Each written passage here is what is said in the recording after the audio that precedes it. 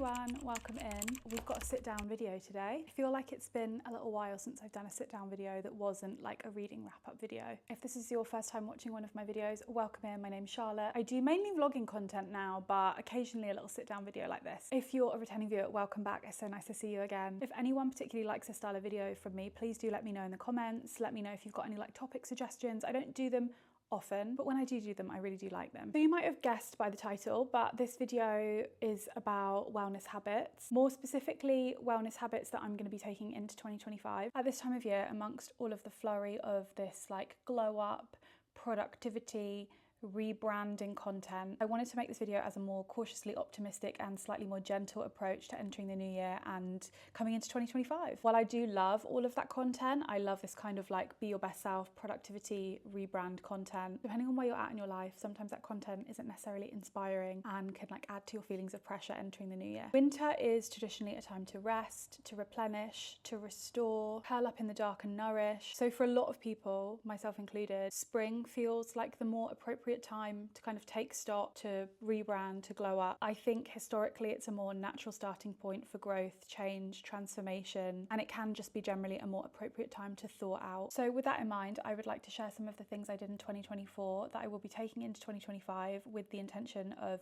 continuing to improve my quality of life. I'm hoping you'll find all of these things easy to implement, low cost / free, sustainable habits to add to your life. I'm sharing from my experience that they've improved my quality of life, so hopefully they'll do the same for you. A lot of these are beneficial and it's backed by science, and there's a lot of like learnings and teachings and readings to do around them. Unfortunately, I didn't have the time to plan putting these kinds of articles in the description box, but there's nothing super niche in here. They're all heavily researched topics. Their benefits are heavily researched. So with like 10-15 minutes, I'm sure you can find a backing and a source as to why these things will benefit your life if you want to. Lots of you will actually probably do all of these, in which case that's amazing. Most of these tips seem very, very obvious. And if they're obvious and you already do them, the video is probably not for you. While these seem very obvious, it's not always easy to self-motivate. So that's kind of why I'm sharing them. I would also really love for any viewers to add suggestions to the comments so that we can all kind of help each other come together or expand on what I suggested. So yeah, I'm really looking forward to seeing people's suggestions. So my first thing I'm going to say is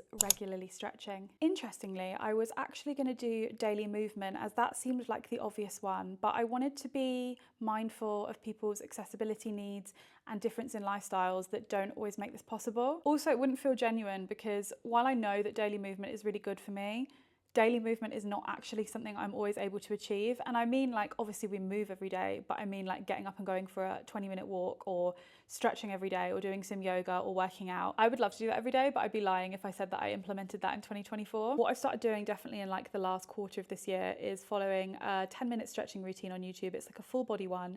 And I tend to do this at the end of the day after my work day. I like 10 minutes because it feels less committal than some of the bigger videos. I have ADHD and I have a little bit of pathological demand avoidance going on. So if I know I have to do something and I'm telling myself I have to do it, I don't want to do it. So that's why 10 minutes is really easy for me to commit to. It's better to do 10 minutes than to not do it at all. Honestly, I always feel amazing at the end of the 10 minutes. I'm shocked at how crunchy and crackly I am at the end of the day. The best tip I can give you for this is make it easy. You will hear this a lot throughout the video. I put down a yoga mat, sometimes even a blanket if I can't be bothered to put my yoga mat away, like unravel it, all of that jazz. Put it down on the floor, clear a space. I do it in my living room, put something on the big TV like Gilmore Girls on Netflix, easy background listening. I put the video on either my phone or my laptop. I mute the video because a lot of the ones I use are like follow alongs. They show you what they're doing and they have the timer in the screen, which is great because it just removes me having to time it. And I'll just do it in my PJs or like whatever I'm wearing to work that day, just something comfy if I'm work from home. If I'm work from home, I don't give myself a chance to do anything else when I log off. I literally shut my laptop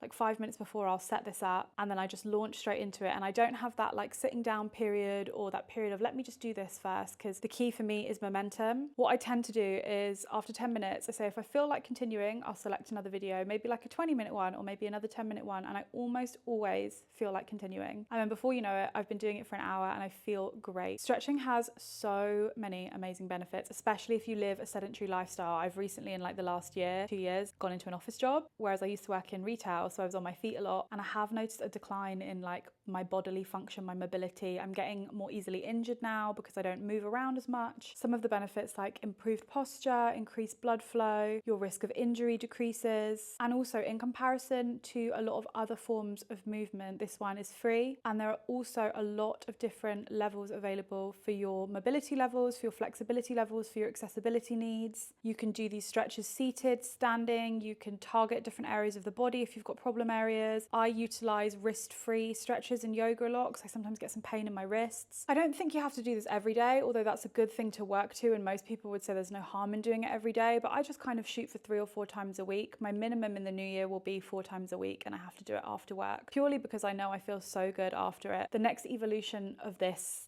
exercise for me would look like getting up early to do it before work. It's only 10 minutes and there's lots of really gentle 10-minute full body stretches online that are specifically designed for the morning so that you're not hurting yourself at the crack of dawn. But I think when I do it at the end of the day, I'm kind of like undoing damage. Whereas in the morning, it feels a bit preventative to me. That's just more of like a gut feeling rather than anything I've actually researched. I'll link my most favorite video that I use in the description box that is like a 10 or a 12-minute one. That's always the one I start with. My next thing is eating breakfast. I know this isn't for everyone, and I know this will be hugely dependent on your lifestyle and working patterns, but hear me out. I feel so much better when I eat in the mornings, probably now because I'm in the habit of eating in the morning. I feel like it really sets me up for the day, and I do genuinely love food and eating, so that's a plus. Kickstarts my digestion. I feel like the routine is good for my body. I feel like I'm able to focus more in that morning portion. Kickstarts my digestion. It feels like it's a really good routine for my body to be used to and to have, and I feel like it really improves my focus and my concentration when I'm fueling my body like adequately. And I don't have that mammoth realization around 12 or 1 that I'm absolutely ravenous and then devour everything in sight. There is a lot of research into the benefits of breakfast around things specifically like blood sugar regulation. I'm not really sure on those facts and figures straight off the top of my head, so I'm just going to mention that as a prompt for people to do their own research if they would like to, but please take that with a pinch of salt from me. But the main benefit for me is just improved energy levels. A big barrier that I come up with a lot with people regarding eating breakfast, which I totally understand, is I'm not hungry in the morning, or I feel sick if I eat first thing. Completely understand that. When I didn't eat breakfast, I was not hungry for like hours. I just wasn't hungry till lunchtime because my body wasn't used to the intake of food at that hour. I definitely do think I am hungrier now, like more consistently throughout the day, rather than having these like spikes of hunger. But like I said before, make it easy. No one's asking you to put away eggs and bacon at 6 a.m. It could literally be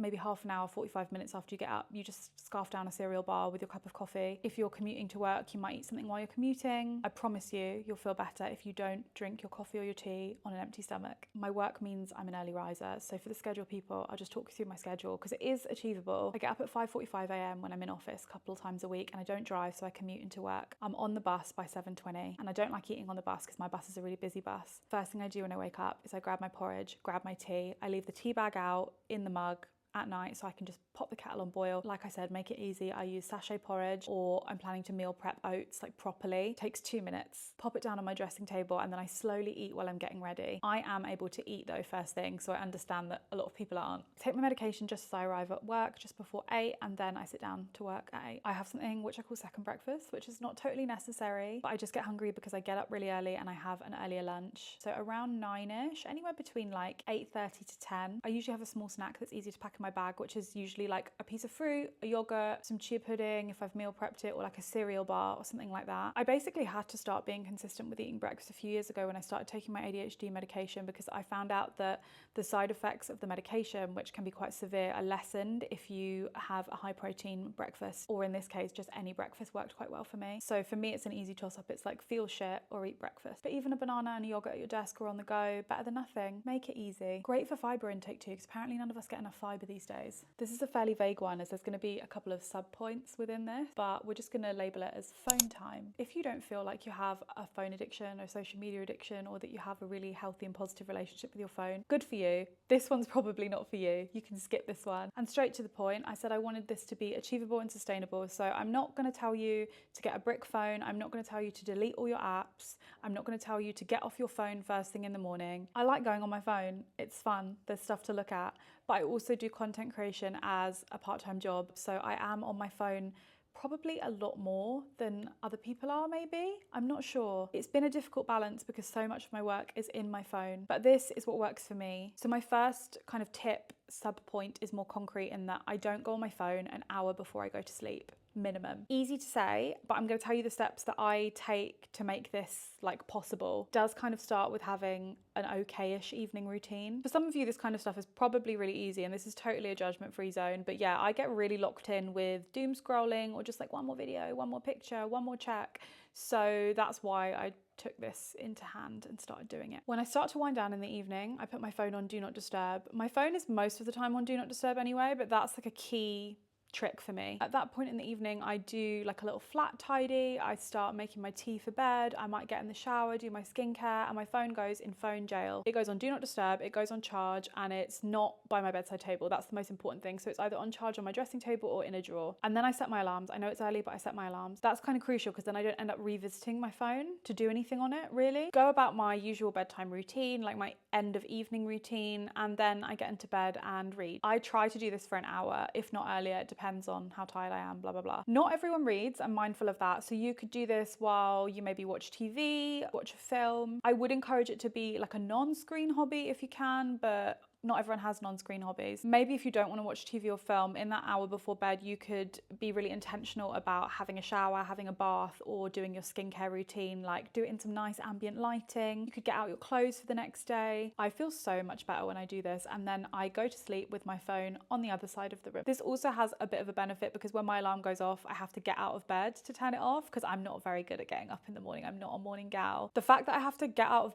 bed from reading to look at my phone is like a perfect barrier for me, especially in the winter because I'm comfy and cozy. It's cold out of the bed, and it also helps me out in the morning because I have to get up to turn my alarm off, and I am notoriously like not a morning person. I'm like 7 alarms in 1 minute increments. I'm the worst kind of person. I still do go on my phone in the morning, to be honest, work in progress, like I said, but where my phone is not on my bedside table and not like under my pillow, because I used to sleep with my phone under my pillow, which feels actually really dangerous because it would get really hot. When I wake up in the night, I don't check it because I used to be so bad at that. I would check the time and it'd be so bright, it'd wake me up. I'd go on it for like 5 minutes and then I don't reach for it and scroll in the morning. It's actually really interesting. I sleep loads better when I wake up in the middle of the night not knowing the time. I actually also removed the clock out of my room. I wonder what that's about. It must be like something about knowing. My second point under phone time is a little bit more wishy-washy, but also a little bit more simple in that I think it's good to be conscious about your screen time and also what you consume during that time. I don't think I need to hugely elaborate on that because I feel like as I've said that, each individual watching this will know what it is they need to do to be more conscious about their screen time. Like something will have come into your mind. Like only you will know what you need to action within that realm. My personal guidance as someone that creates content so is on their phone a lot is to essentially create more than they consume. And I do think that that's applicable to you even if you're not a creator. Creating more than I consume has allowed me to feel more inspired and more creative, and also simultaneously not bogged down in the quality of the work I do and not second guess myself. And it's done quite a lot for my self-esteem with the products I put out there. I mean products in a way like literally the video I create, not like promoting of products, because I try not to make my content product centric. I know this video sounds a bit like me because I've been talking a lot about what I do, but I'm hoping that in giving you ideas of what I do and how I've actually done these things, that it might like give you some ideas or inspire you, or there'll be something you can take away. I always think just like take what resonates, leave what doesn't. When I get really distracted, I have a black and white option on my phone, like a grayscale setting that removes all the color from everything. There is a way in the accessibility settings, if you look it up on Google, you can find it, but I tap the lock button 3 times and it changes everything to grayscale. This improves my focus and lessens the visual stimulation that you get from the colors. It kind of dulls down the urgency of that like little red notification. Your phone is still functional, but it doesn't feel like it's in your face. I also basically live on Do Not Disturb as well, so not necessary for everyone. If you don't feel like you want to, I have a couple of people like my dad and my partner put through as like they can get through to me if they need to. And I also have my notifications off on like all my social media platforms, so I can only see notifications if I go in the app to check it. Basically, I've been trying to turn my phone into more of like a tool, like a functioning tool than an entertainment device. I think there is a lot of like all or nothing messaging out there about how we use our phones. There's a lot being shouted at us about, you have a terrible, debilitating social media addiction, you need to throw away your phone, social media has ruined us all, like quite intense messaging that makes you feel bad as you scroll social media, because that message is being delivered to us on social media. That kind of stuff is out there because extreme messaging is pushed by the algorithm. I don't necessarily always find that a productive conversation. You'll see some of the most successful people in the world who have the resources to automate their lives to a point that they are able to live with only an hour on their phone every day. I'm thinking in mind of people like Andrew Huberman, Rick Rubin, all those kinds of people. I actually quite like their work as well. So that's not verbatim quoting, and also just an example of people that do that. But because they have the resources to put that in place, I'm sure Rick Rubin has, PAs and people that can do that, and the technology and the resources available. We do have to admit that we are so reliant on our phones now, for better or for worse, like banking, travel, work. People can work entirely from their phones now. Photos, memories, recording ideas. I didn't have a laptop from the ages of 18 to 25. I would do things like job applications on my phone. So with all that in mind, whether you have a phone addiction or not, I think it's always healthy to examine your relationship to your mobile and to your devices, and to review them and how you can make that healthy relationship. My next thing, again, is obvious. It's journaling. Now, I know people will either be a journaler or they won't be. I have a friend that really can't vibe with journaling. But one thing I would say is I would implore you to all try it at least once in a way that suits you. I personally prefer to journal in the first half of the day, if not in the morning. I find that when I journal at night before bed, I write so much more. I get really worked up. I often upset myself. It feels more like a purge. Whereas when I journal in the morning, it feels like exploration. It feels gentle. I try to write 3 pages at least a few times a week, if not every day. That's where I used to be. I would like to get back there, but I am like 3-4 times a week. I personally prefer stream of consciousness journaling. I don't use prompts, but prompts are a great way to start if you don't know where to start. I have a friend that doesn't like the idea of journaling because she finds that she can't keep up with her thoughts. She can't write fast enough, which I totally get. I am really in that same boat. So I would even encourage maybe typing it out on your laptop if you can, or even like voice noting journaling or video diarying. I used to video diary quite a lot on Photo Booth. On my MacBook, I would just like sit and chat. I personally never go back and read or watch or listen to any of my journal entries. I said I would not do that for a year. It's been more than a year. I don't know if I ever will revisit them. I don't know if I care to. It can be quite painful. I think there's so much benefit to journaling, even if it's a little page, even if it's just a documentation of your feelings. I tend to do quite emotions-based journaling, but I've seen some really amazing prompts online. You can find them all over Pinterest, you can find them all over TikTok, that are not heavily rooted in emotion. Sometimes if you have a lot to process, it can be quite intimidating to start the process of doing that. But there was one prompt I saw that really stuck with me that was like, if you could have 6 people over to lunch, what would your perfect lunch be? What would be served, and who would those 6 people be? And I just thought that was a really nice prompt that had a little bit of depth, but also just allows you to like better get to know yourself, because that's all journaling is really. It's a tool to better explore who you are. I'm saying this through the lens of someone that is like emotional and loves to talk about their feelings, but also it could just be like a little diary. It could just be one line of what you did every day. My journal is deeply private. I will never share it. I will never let anyone read it. I haven't even reread it. And I wanted something that was maybe a bit less secretive, or maybe a bit more light touch is probably the word. So I bought this in Waterstones, maybe. My memory isn't too hot. I really struggle to remember what's happening day to day, especially like a year ago. So I thought I'd get this one, which is a week to page view, so I can just write a little snippet about what happened each day. Sometimes nothing happens, but sometimes I thought it would be nice. So like on my birthday, I could write, I did this, I did that, just a little bit. And this is a really easy, no pressure way to do it, and I will just carry around this in my bag. I always carry a notebook in my bag so that it is easy. If I think of something, a funny thought or like a quote I like, I can just pop this down. Writing isn't everyone's thing. Personally, for me, I find it really helps me remember. It's like a somatic thing, and that writing it down helps me process, which is why I've never really done very well with like digital record keeping. There are 1,000 different ways to journal. There are 1,000 different ways I could tell you about, 1,000 different prompts, but one thing I firmly believe is that until you put pen to paper or your fingers to those keyboard and put out your first time imperfectly, you will not know what you like.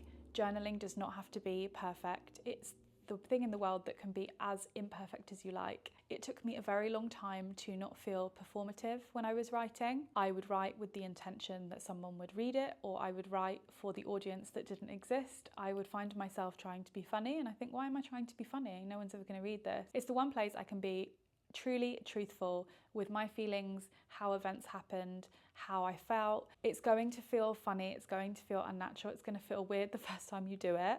My first few pages, because I did read a couple of them actually, were like, hey, I don't know what to write, XYZ. But I would implore you to just give it a go, and if you don't like it, that's fine. Journaling can be scrapbooking, junk journaling can be a visual medium. It doesn't have to be written word. I only speak from the experience of written word because that's the kind I'm most familiar with.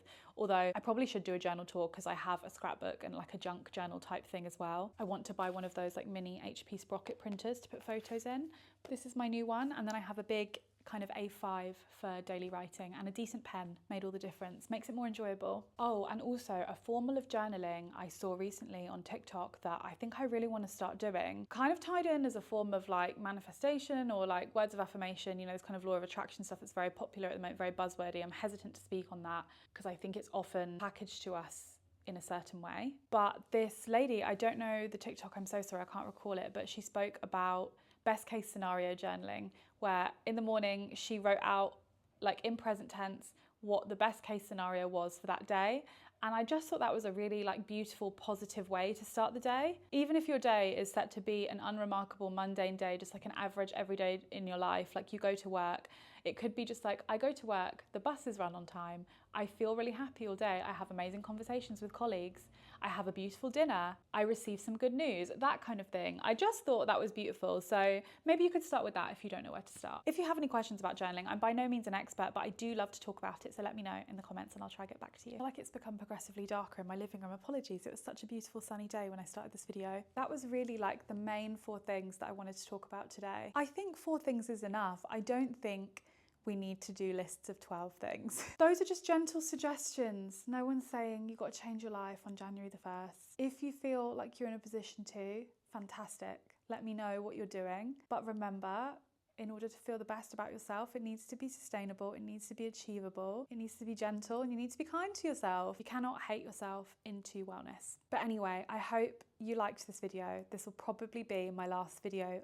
uploaded this year. So I will see you in the new year, bright and early on January the 1st. Thank you so much for watching. Thank you so much for all your support this year. I hope this video, really, I do hope this video resonated with you today. And if it didn't, that's fine. Take what resonates, leave what doesn't. Even if you take one tiny thing from this video, I'll just be happy with that. You don't have to action it, but as long as you consider it, it means the world to me. But yeah, thank you everyone for all your support this year. I will put my socials in the description box. If you like my content, you can give me a follow on there. If you like my content today, a little thumbs up or a subscribe would also mean the world to me, but no pressure. We'll see you in the new year. Have a lovely rest of your year. And yeah, bye.